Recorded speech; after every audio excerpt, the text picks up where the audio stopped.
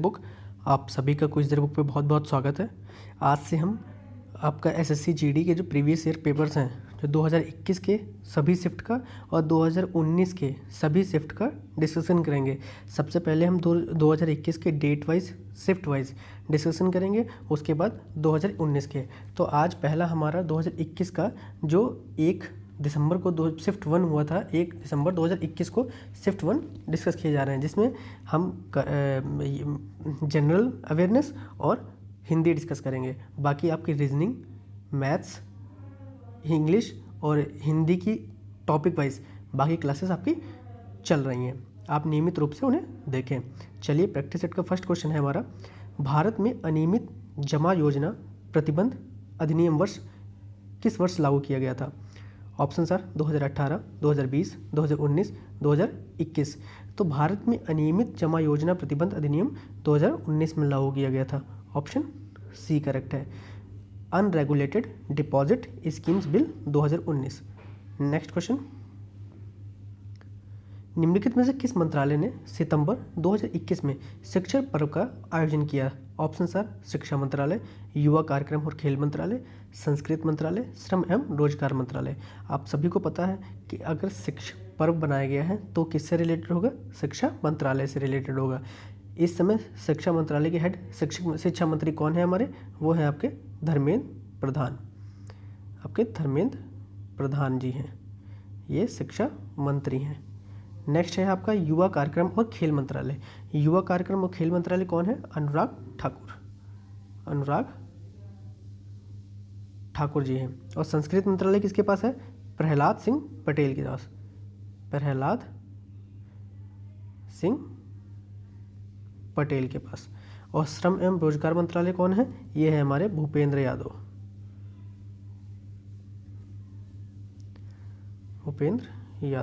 आप इन सभी के मंत्रियों के नाम याद रखें। नेक्स्ट क्वेश्चन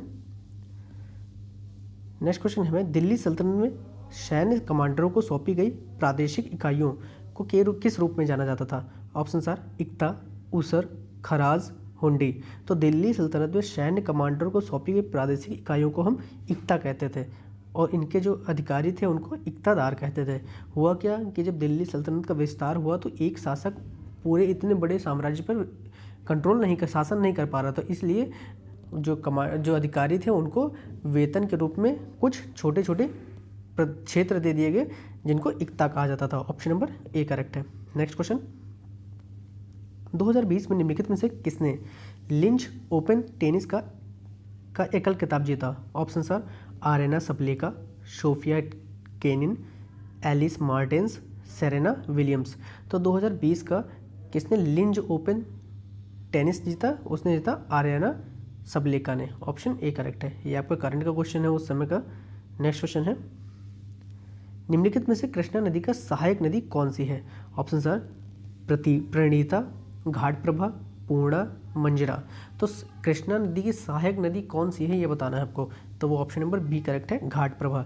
अन्य सहायक नदियाँ देख लीजिए, ये जो कृष्णा नदी है वो आपकी प्रायद्वीपीय भारत की दूसरी सबसे बड़ी नदी है। और पहली कौन सी है? गोदावरी, जिससे हम दक्षिण गंगा के नाम से जानते हैं, दक्षिण गंगा या वृद्ध गंगा नाम से जानते हैं।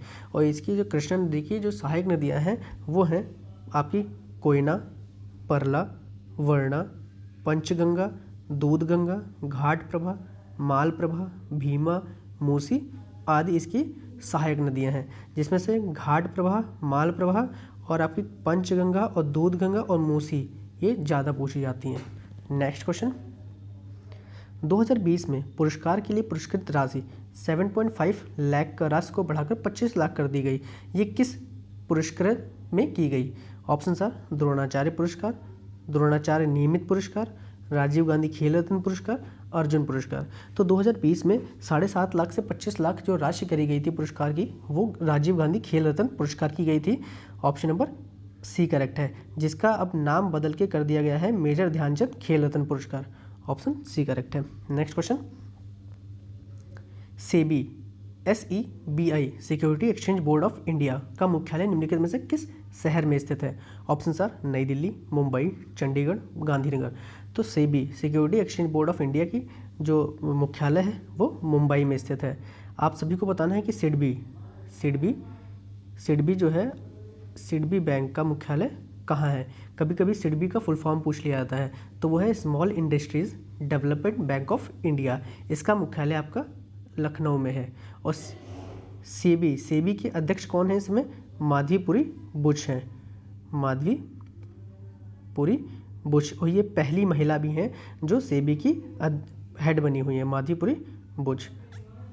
और साथ में आपको सिडबी के अध्यक्ष भी पता होने चाहिए। सिडबी के अध्यक्ष इस समय कौन है?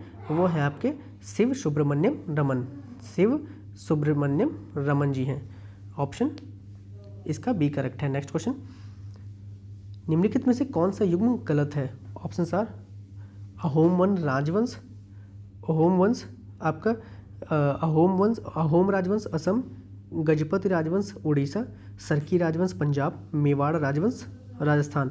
तो इसमें से कौन सा युग्म गलत है आपको बताना है। तो गलत है आपका ये आपका सरकी राजवंश पंजाब। ये सरकी राजवंश पंजाब से नहीं, ये जौनपुर उत्तर प्रदेश से है। तो ऑप्शन नंबर सी करेक्ट है। नेक्स्ट क्वेश्चन है हमारा,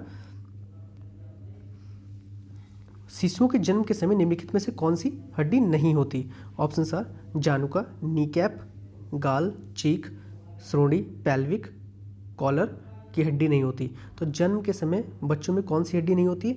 वो आपकी नीकैप नहीं होती है। जो आपकी फीमर हड्डी को नीकैप से जुड़ी होती है वो बाद में डेवलप होती है। तो नीकैप हड्डी बच्चों में जन्म के समय नहीं होती। नेक्स्ट क्वेश्चन, आप सभी को ये भी हड्डियों के बारे में पता भी होना चाहिए कि जो बोन्स हैं उनको हम कितने पार्ट्स में डिवाइड करते हैं। पहली बात तो ये एडल्ट्स में 206 बोन्स होती हैं, जिनको हम लोग एक्सियल, आपकी एक्सियल और एपेंडिकुलर डिवाइड करते हैं। एक्सियल में आपकी 80 होती हैं और एपेंडिकुलर में 126, जिसमें 120 प्लस 6 होती हैं। एक्सियल में 80 होती हैं। एक्सियल में कौन कौन सी होती हैं? एक तो खोपड़ी हो गई, खोपड़ी में आपकी 26 होती हैं। उसके बाद आपकी मेरुदंड या बैकबोन होती है, बैकबोन में आपकी 24 होती हैं।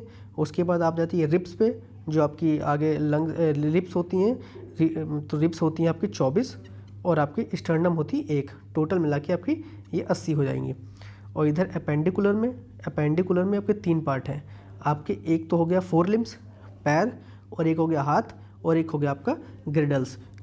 पैर में दोनों पैरों मिला के 60, दोनों हाथ मिला के 60, और ग्रिडल्स हो जाती हैं 6। तो ये हो जाती हैं 126 और ये हो जाती हैं 80, और मिला के 206 हो जाती हैं। नेक्स्ट क्वेश्चन, नेपाल के कवि भानुभुक्त आचार्य का संस्कृत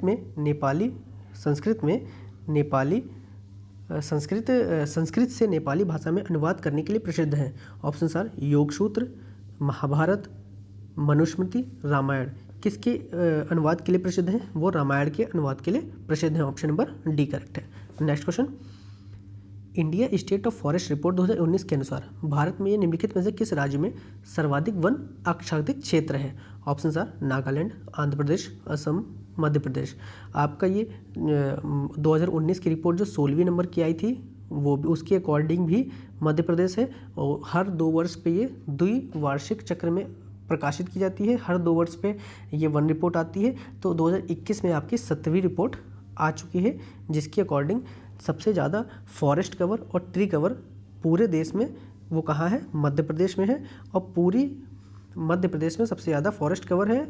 और उस पूरे देश के जियोग्राफिकल एरिया में टोटल फॉरेस्ट और ट्री कवर कितना परसेंट है? वो है आपका 24.62%, जो पूरे इंडिया के कंट्री के जियोग्राफिकल एरिया के क्या परसेंटेज है। और एरिया के अकॉर्डिंग तो सबसे ज़्यादा वन मध्य प्रदेश में है, मगर परसेंटेज के अकॉर्डिंग आपसे पूछ लिया जाए कि परसेंटेज के अकॉर्डिंग किस प्रदेश में सबसे ज़्यादा है, तो वो आपका हो जाएगा मिजोरम। अभी आपका एक क्वेश्चन पूछा गया था पेट की परीक्षा में कि टीक फॉरेस्ट यानी सागवान के वृक्ष सबसे ज़्यादा कहाँ पाए जाते हैं? तो उसका ऑप्शन मध्य प्रदेश था। अन्य पूछा जा सकता है, तो आप ध्यान रखिए। नेक्स्ट क्वेश्चन, निम्नलिखित में से कौन सा फूल रात में खिलता है? Option sir angel's trumpet, gazania daisy, Venice mallow, Jamaican fever plant.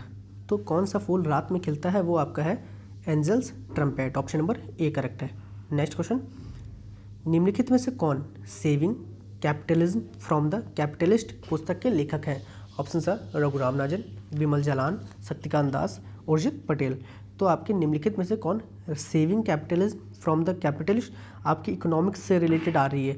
तो ये ऑप्शन नंबर ए करेक्ट है, रघुराम राजन। रघुराम राजन हमारे 23वें नंबर के गवर्नर थे आरबीआई के, और उसके बाद बने आपके 24वें नंबर के उर्जित पटेल, और उसके नंबर प्रेजेंट में 25वें नंबर के शक्तिकांत दास प्रेजेंट में आरबीआई के गवर्नर हैं। नेक्स्ट क्वेश्चन, नवंबर 2020 में भारत ऐसा देश बन गया जिसके पास अपनी स्वतंत्र क्षेत्रीय नौवहन उपग्रह प्रणाली है। इसे अंतर्राष्ट्रीय सामुद्रिक संगठन आईएमओ द्वारा विश्वव्यापी रेडियो नेविगेशन प्रणाली WWRNS के एक भाग के रूप में मान्यता प्राप्त है। ऑप्शन सर चौथा, छठा, तीसरा, पांचवा किसके रूप में प्राप्त है? तो आपका चौथा है, ऑप्शन नंबर ए करेक्ट है। नेक्स्ट क्वेश्चन, हड़प्पा स्थलों पर निम्नलिखित में से मिली वस्तुओं को इंजीनियर आज के पाकिस्तान के पंजाब में पहली रेलवे लाइन का निर्माण करने के लिए ले गए थे। ऑप्शन सर ईंटें, दरवाजे, कांसे के उपकरण, लोहे की पटरियां। तो हड़प्पा स्थलों पर निम्नलिखित में से मिली वस्तुओं को इंजीनियर आज के पाकिस्तान के पंजाब में पहली रेलवे लाइन का निर्माण करने के लिए ले गए थे। तो वो क्या ले गए थे आपका? वो आपकी हो गई थी ईंटें। ऑप्शन नंबर ए करेक्ट है।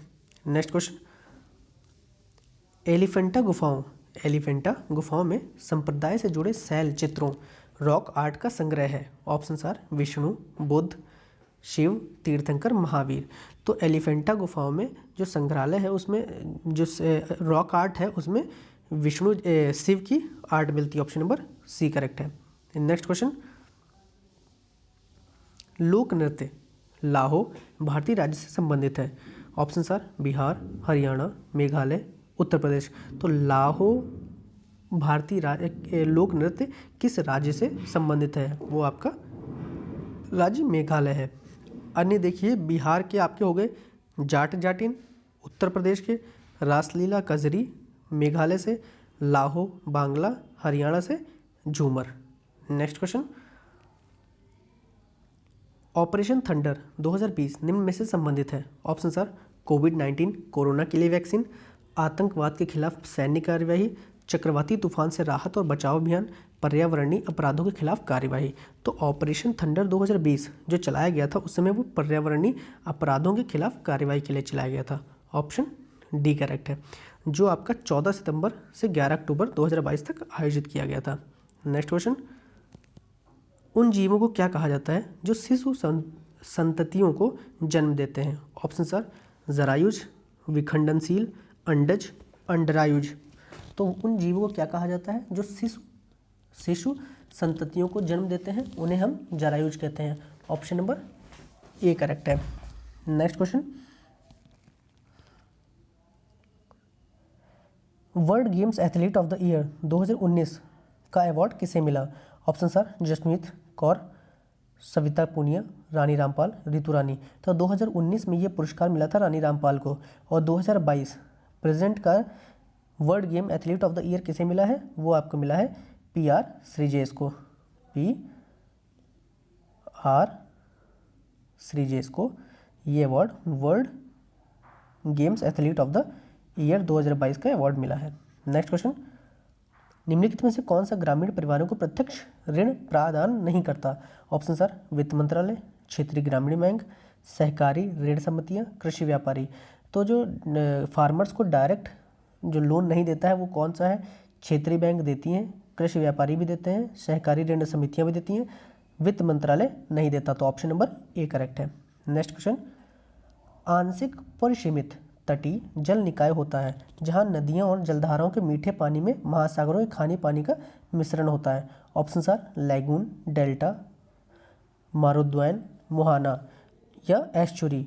तो कौन सा वह जगह होती है जहाँ पे नदियाँ और जलधाराओं के मीठे पानी में महासागरों के खारे पानी का मिश्रण होता है? वो आपका मुहाना होता है, जिसे एस्चुरी कहते हैं। लैगून क्या होता है? लैगून होता है जब समुद्र का पानी उसमें बीच में कोई दीवार आ जाए और या दीवार या कुछ भी बन जाए जिससे समुद्र का एक छोटा सा भाग हल्का सा समुद्र से अलग हो जाए, तो उसे लैगून कहते हैं। जिसका उदाहरण भारत में चिल्का, उड़ीसा में चिल्का झील है। चिल्का झील भारत में सबसे बड़ी लैगून झील है और यह एशिया की सबसे बड़ी खारे पानी की लैगून झील है और विश्व में इसका दूसरा नंबर है। नेक्स्ट क्वेश्चन, निम्नलिखित में से किस भारतीय सितार वादक और प्रमुख संगीतज्ञ ने 20वीं शताब्दी की शुरुआत में 20वीं शताब्दी की शुरुआत में एक संकेतन प्रणाली विकसित की और भारतीय उपमहाद्वीप की संगीत प्रथाओं को वर्गीकृत किया जो कि पहले मौखिक परंपरा से आगे बढ़ती रही है? ऑप्शन आ विश्व नारायण पातखंडे, मानिका चंद दुबे, सिद्धार्थ खान, हाजी विलायत अली खान। तो ये ऑप्शन नंबर आपका ए करेक्ट है, विष्णु नारायण बातखंडे, जो 20वीं शताब्दी की शुरुआत में एक संकेतन प्रणाली विकसित की और भारतीय उपमहाद्वीप की संगीत प्रथाओं को वर्गीकृत किया। नेक्स्ट क्वेश्चन,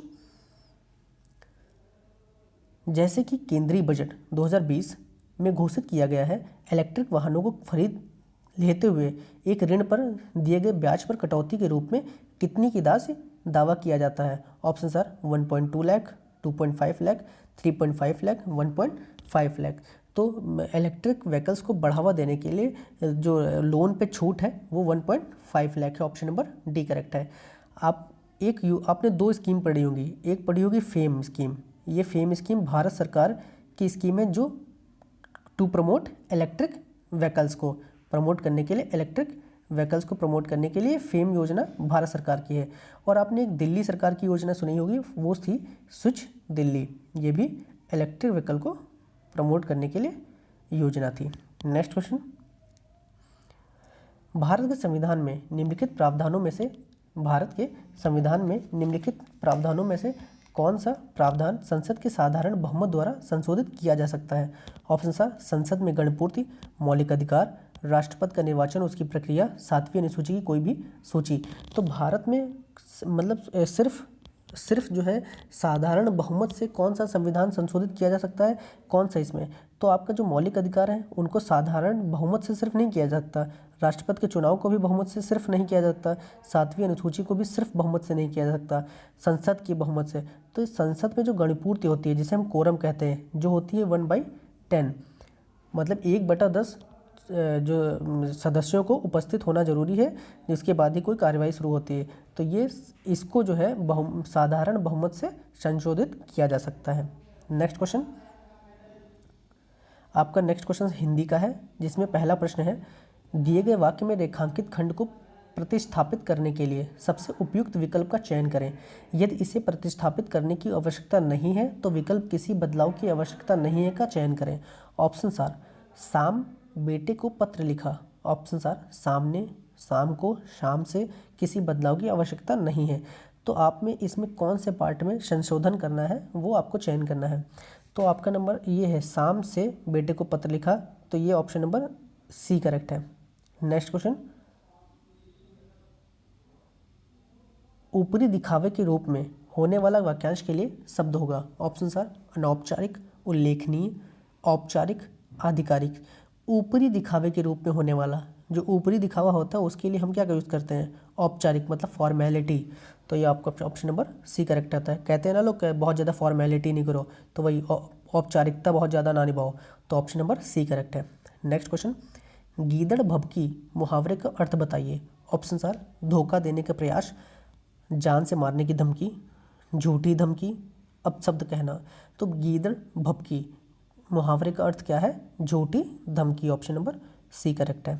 नेक्स्ट क्वेश्चन, रिक्त स्थान भरने के लिए सबसे उपयुक्त शब्द का चयन किए रहे। ऑप्शन आर प्रश्न हमारा वाक्य है, दुकान से 2 किलो मिठाई डैश लो।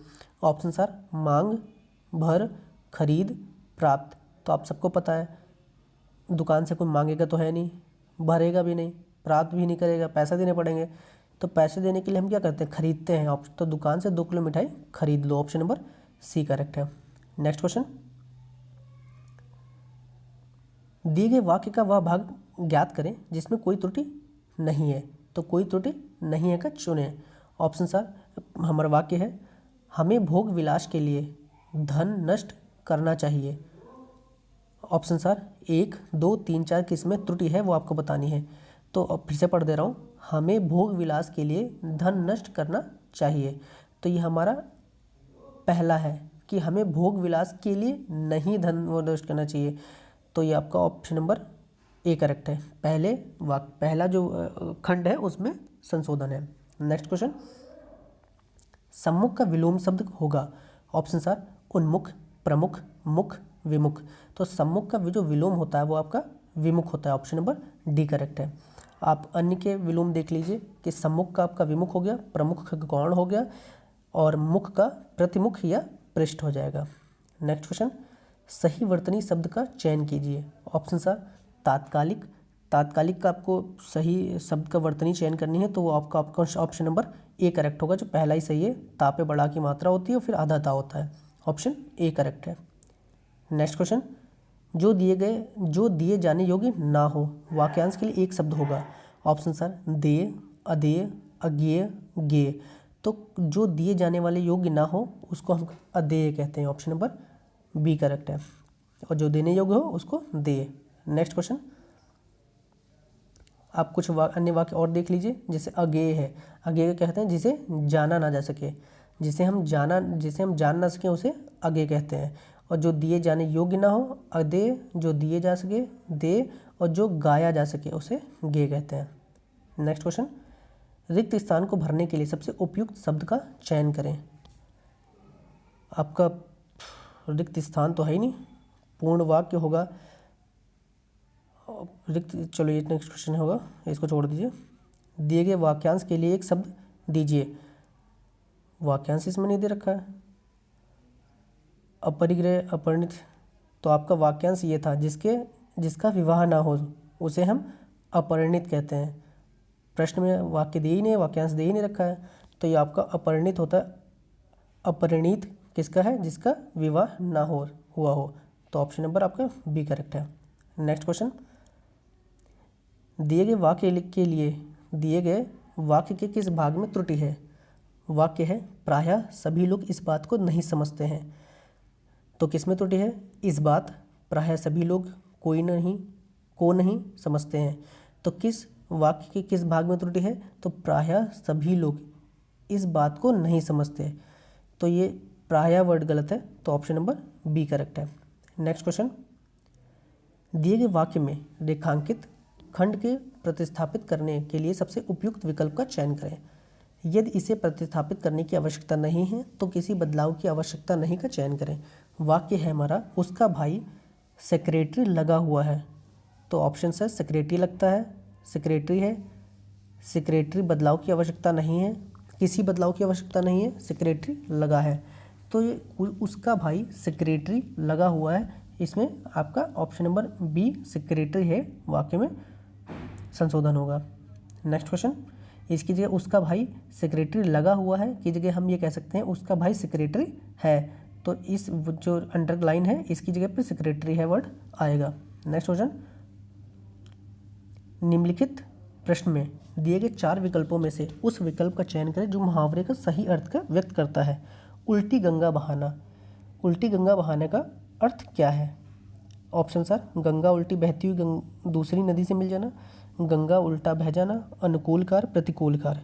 तो आपका जो प्रतिकूल कार्य होगा मतलब उल्टे फुल्टे काम करना, उल्टी गंगा बहाना का सही अर्थ है।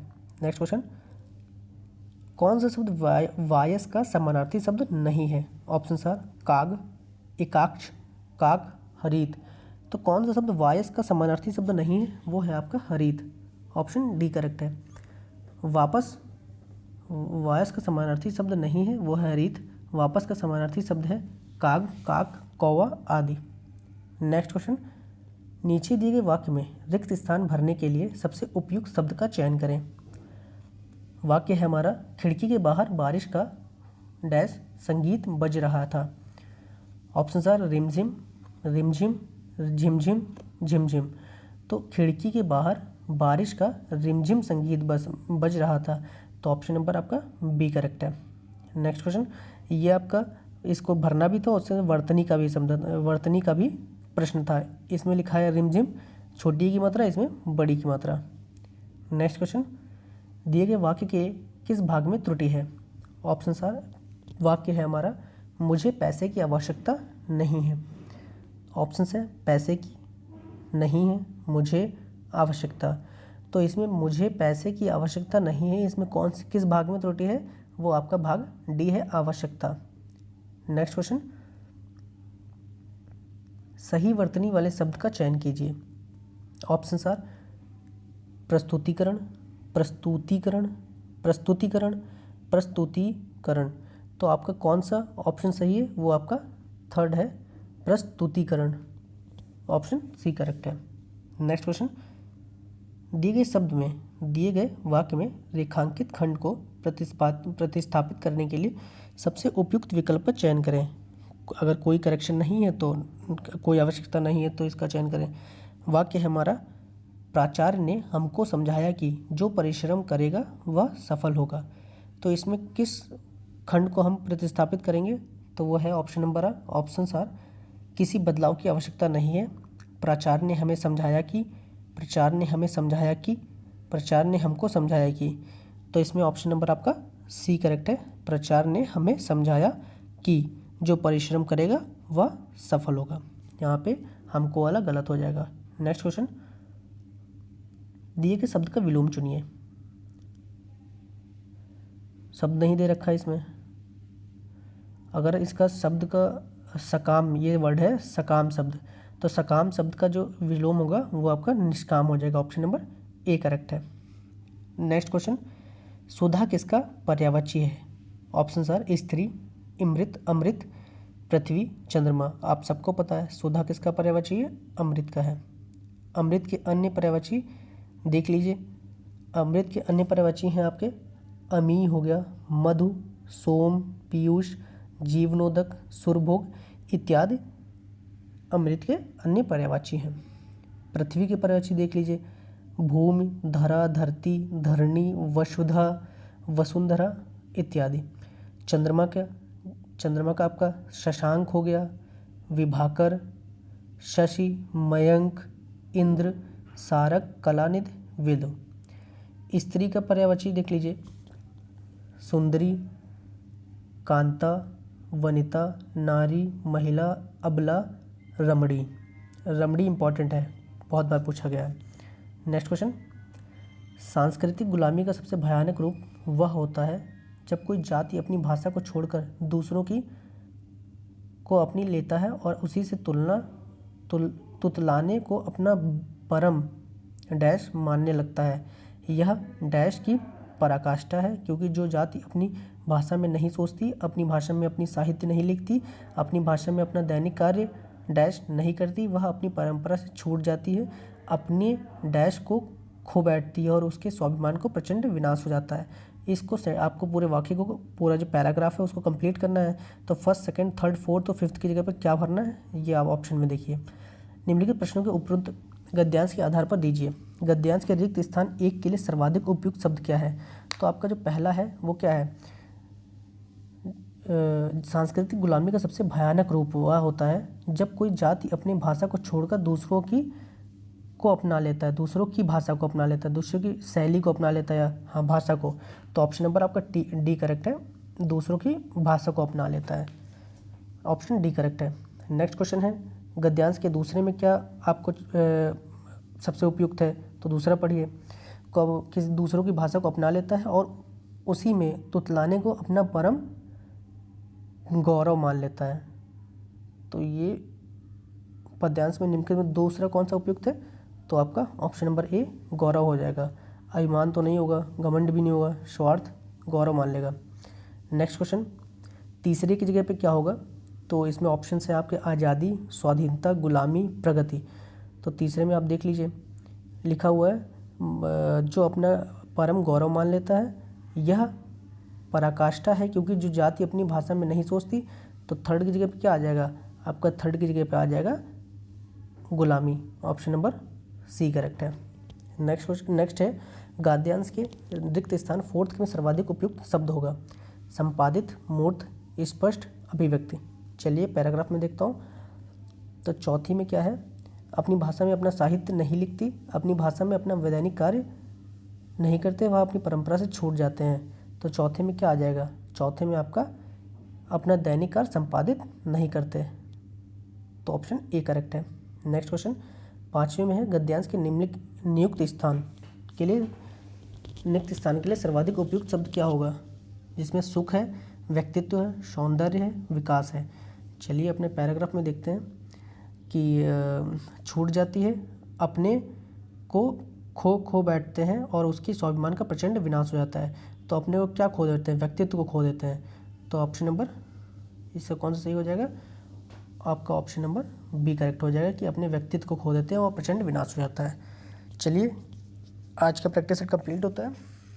अगर वीडियो अच्छी लगी हो लाइक करें, शेयर करें, चैनल को सब्सक्राइब करें। धन्यवाद।